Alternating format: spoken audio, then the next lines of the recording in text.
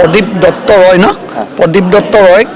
मैं जदि DGP hello तो मैं সেইদিনাই एरेस्ट करिलो है DGP जदि हलो मोर अসমীয়া मोर जन्मभूमि अসমীয়া मोर वायु पानी अসমীয়া मैं अসমীয়া भाषा कब कारण कोनोबा प्रदीप दत्त दयर मैं पार्मिशन लब लागिब नेকি আজি बंगालीखिनिक तो आमी कोৱা নাই जे आमी यात आमी बंगाली मानुक यात बेलेग चकुरे चाइছো आमी अসমীয়া मानु जी आमार अসমत आमी जोन जोन जन्मग्रहण करिছো सकलो मानुहे आमी अসমীয়া অসমীয়াৰ ডেফিনেশ্যন দিবলৈ নাযাওঁ হেলৈ এটা বিতৰ্ক হৈছে কিন্তু অসমীয়া ভাষাটোৰ ওপৰত যদি কোনোবা ব্যক্তিয়ে যদি এনেকুৱা ধৰণৰ অপপ্ৰচাৰ এনেকুৱা ধৰণৰ তাচ্ছিল্য মন্তব্য কৰে মই DGP হোৱালে মই প্ৰথম দিনা তেওঁ এৰেষ্ট কৰিলো মুখ্যমন্ত্ৰী কিবা অনুৰোধ জনাব নেকি মুখ্যমন্ত্ৰী মহোদয়ক কৈছো যে তেখেতে অসমীয়া মানুহৰ কাৰণে ইতিমধ্যে বহুত সংকল্প হাতত লৈছে অসমীয়া জাতিটোক আগুৱাই লৈ যাব কাৰণে অসমীয়া জাতিৰ লগত ইয়াত আমাৰ ভূমিপুত্ৰবিলাকৰো কথা কোৱা হৈছে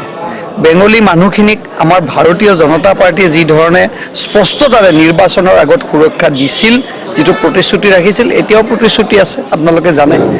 সেই কাৰণে মই ভাবো মুখ্যমন্ত্ৰী মহোদয় নিশ্চয় সঠিক সিদ্ধান্ত লব ইতিমধ্যে APSC কথা লৈ পেলাই বহুত বিতৰ্ক হৈছে মুখ্যমন্ত্ৰী মহোদয় স্পষ্টতাৰে গোটেই কথাখিনি বুজাই দিছে যে APSCত অসমীয়া মানুহৰ স্থান পৰিচয় কিমান থাকিব আপোনালোকে গম পাইছে এখানে प्रदीप दत्त रॉय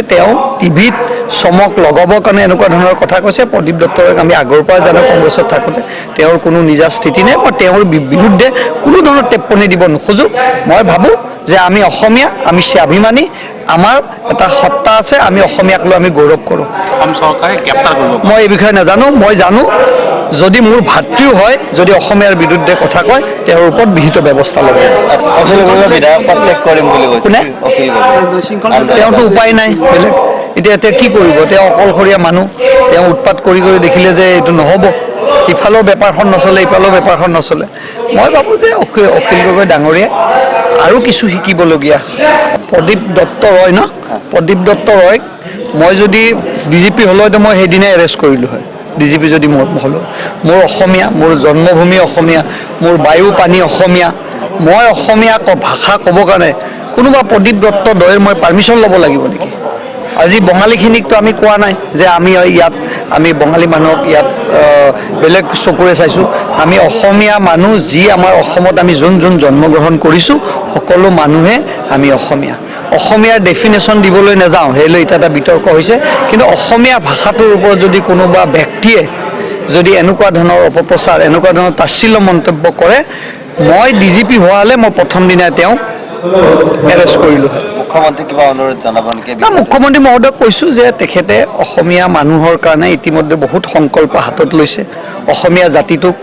আগুৱাই লৈ যাব কাৰণে অসমীয়া জাতিৰ লগত ইয়াত আমাৰ ভূমিপুত্ৰবিলাকৰো কথা কোৱা হৈছে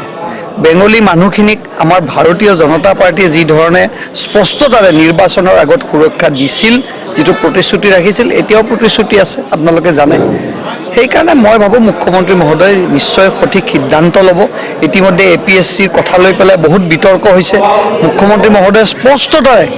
গোটেই কথাখিনি বুজাই দিছে যে APSCত অসমীয়া মানুহৰ স্থান পৰিচয় কিমান থাকিব আপোনালোকে গম পাইছে এখানে प्रदीप दत्त रॉय টিভিত চমক লগাবৰ কাৰণে এনেকুৱা ধৰণৰ কথা কৈছে प्रदीप दत्त रॉयক আমি আগৰ পৰা জানো কংগ্ৰেছত থাকোতে তেওঁৰ কোনো নিজা স্থিতি নাই মই তেওঁৰ বিৰুদ্ধে কোনো ধৰণৰ টেপনি দিব নোখোজো মই ভাবো যে আমি অসমীয়া আমি স্বাভিমানী